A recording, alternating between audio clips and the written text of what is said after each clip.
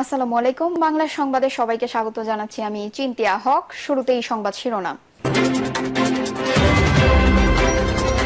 যারা নির্বাচন চায় না তারাও ফ্যাসিবাদের দোসর। এদিকে ছাত্র সংসদের আগে জাতীয় নির্বাচন হতে দেওয়া হবে না বলছেন নূর। জানাবো রাজনীতি এখন কার হাতে, এবং সর্বশেষ জানাবো চট্টগ্রাম আদালতের 1911 মামলার নথি গায়েব, থানায় জিডি। দর্শক শুনছিলেন সংবাদ শিরোনাম, এখন বিস্তারিত।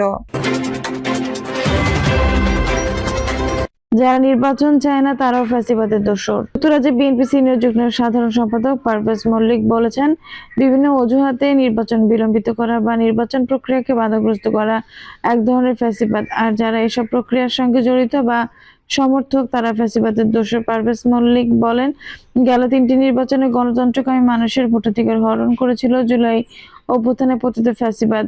অভ্যুত্থান পরবর্তী সময়ে দেশের মানুষ এখন ভোটাধিকার প্রয়োগের অপেক্ষায়, কিন্তু এখনো নির্বাচন না দিয়ে বর্তমান সরকারকে দীর্ঘমেয়াদী করার চেষ্টা করছে একটি মহল।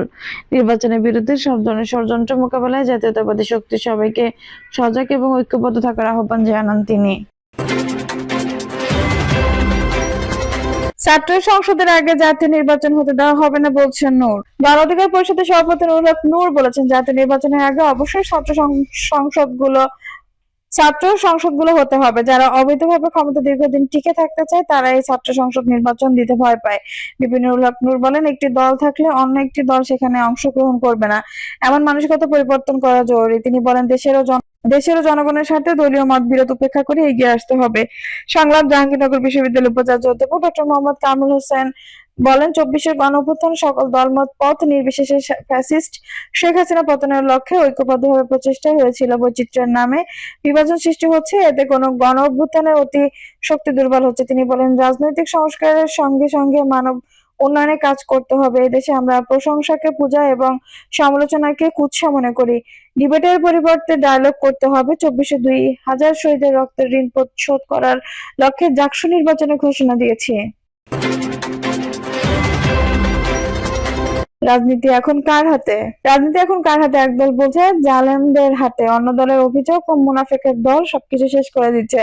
এসব অভিযোগ পাল্টা অভিযোগের পাশাপাশি ইদানিংকালে খুর পার্টি, রককাটা দল, চাঁদাবাজ, দখলদার ইত্যাদি শব্দমালার সঙ্গে আন্ডা বাচ্চার দলের রাজনীতি নিয়ে কথা বলতে গিয়ে অনেকে রাজনীতিকে নিচে নামাতে অন্ধকারের গহীন অতলান্তের এমন পর্যায়ে নিয়ে গেছেন, যেখান থেকে আওয়ামী লীগের গত 15 বছরের শাসনে হিমালয় সম অভিযোগের খতিয়ান স্মরণ করা সত্যি কষ্টকর বিষয়।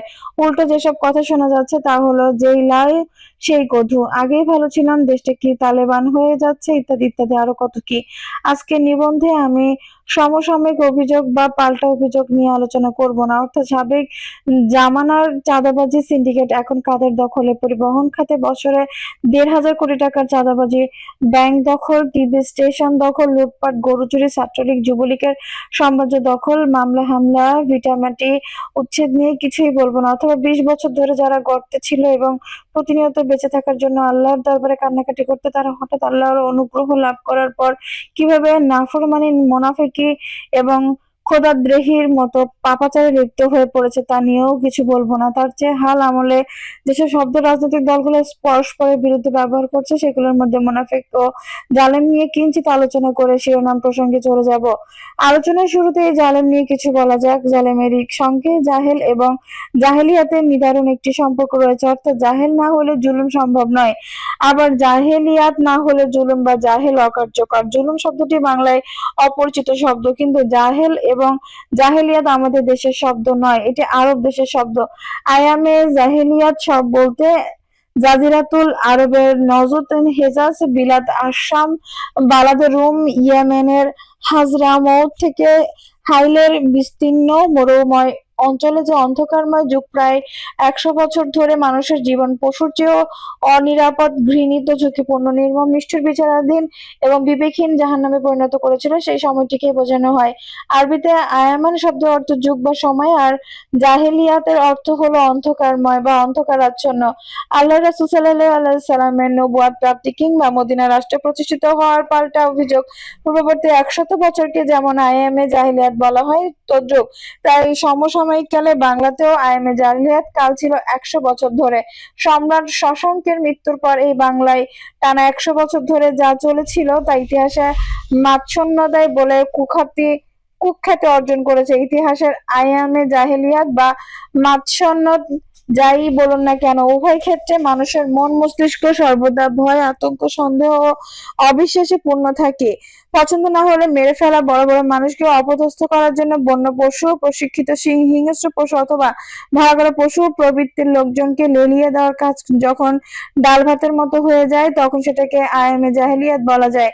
জাহেলিয়াতের যুগে জাহেলরা বাস করে, এরাই হিটলার, এরাই আবু লাহাব কিংবা আবু জাহেল। বিচার বিবেচনাহীন মন মানসিক মস্তিষ্ক, বিচার বিচার বিচার বিবেচনাহীন মন মস্তিষ্ক, লোভ লালসাময় পূর্ণ চরিত্র, অভ্যাস, অত্যাচার, খুন খারাপিতে সিদ্ধান্তস্থ, অঙ্গ প্রত্যঙ্গ, চুরি ডাকাতি, খুন, ধর্ষণ, অপহরণ, পাপাচার, ভ্রষ্টাচার, অন্যের লোভনীয় ধন সম্পদ, স্ত্রী কন্যা পদ পদবি ছিনিয়ে নেওয়া, দুর্বার ক্ষমতাধর লোকজনকেই জালেম বলা হয়। আর জাহেল অর্থাৎ মূর্খ, বোধহীন, বিবেকহীন না হলে জালেম হওয়া যায় না। আর যুক্তি যদি আইএমএ জাহিলিয়াত না হয় তবে সেখানে জালেম পয়দা হয় না, জালেমের প্রজনন হয় না এবং জালেমরা টিকে থাকতে পারে না। সুতরাং যারা প্রতিপক্ষকে জালেম বলে গালি দিচ্ছেন তারা আসলে কি বোঝাতে চাচ্ছেন তা বোধ করি সম্মতি পাঠক এতক্ষণে বুঝতে পেরেছেন। হাল আমলে যারা জালেম বলে প্রতিপক্ষের রাজনীতির মতাদর্শের লোকজনকে গালি দিয়েছেন, সেই জবাবে কথিত জালেমরা পাল্টা গালি দিয়ে বলেছেন ওরা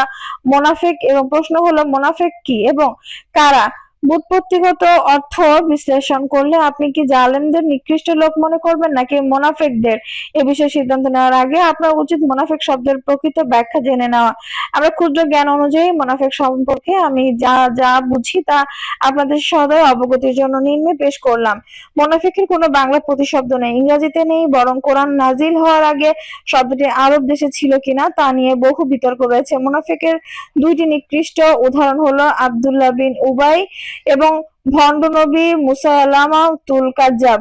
ইসলামের ঘোরতর দুশমন যথা সায়বা, উতবা, আবু লাহাব, আবু জাহেলের মতো কাফিরকেও মোনাফেক বলে গালি দেওয়া হয়নি। আবার ইবলিস, শয়তান, দাজ্জাল, ইয়াজুজ মাজুস অথবা আদিকালের ফেরাউন, হামান, কারুন প্রমুখকেও মোনাফেক বলা হয়নি। সুতরাং মোনাফেক হলো এমন এক ভয়ঙ্কর শব্দ যা কাফের, মুশরিক, শয়তান, ভয়ঙ্কর পশু, কীট পতঙ্গ কিংবা মরণঘাতী রোগবালাইয়ের অনুঘট, ভাইরাস বা ব্যাকটেরিয়ার ক্ষেত্রে প্রযোজ্য নয়। তাহলে মোনাফেক কি? মোনাফেক হলো এমন এক নিকৃষ্ট প্রাণী যারা সুরতে মানুষ এবং নিজেদের প্রয়োজনে কিংবা স্বার্থ সিদ্ধির জন্য তারা যে কোনো সুরত ধরতে পারে, শয়তানের সুরত পরিবর্তন করতে পারে। কিন্তু শয়তানের সঙ্গে মোনাফেকের পার্থক্য হলো শয়তান আল্লাহকে মান্য করে, ভয় করে এবং নিজের সীমা অতিক্রমের চেষ্টা করে না। শয়তান শুধু একবারই আল্লাহর অবাধ্য হয়েছিল এবং একবারই আল্লাহর কর্তৃক অভিশপ্ত হয়েছিল। অন্যদিকে মোনাফেক সুযোগ পেলে আল্লাহর অবাধ্য হয়, প্রতি মুহূর্তে অকৃতজ্ঞের মতো চিন্তা করে এবং নিজেদের হালাত পরিবর্তন করে। মোনাফেকরা নবী রাসূল সাল্লাল্লাহু আলাইহি সাল্লামের, আল্লাহর খোদা, ফেরেশতা, হাসর নসর কিছুই বিশ্বাস করে না, কিন্তু প্রয়োজনের সময় এমন ভনিতা করে যে তাদের মতো পীর, আউলিয়া, দরবেশে, ফকির, সাধু, সন্ন্যাসী দুনিয়াতে দ্বিতীয়টি নেই। আজকের নিবন্ধে জালেম এবং মুনাফিক নিয়ে আর বিস্তারিত আলোচনা করব না। যারা এসব গালিগালাজ করছেন তারাও ওসব কেন করছেন তা কেবল তারাই ভালো বলতে পারবেন।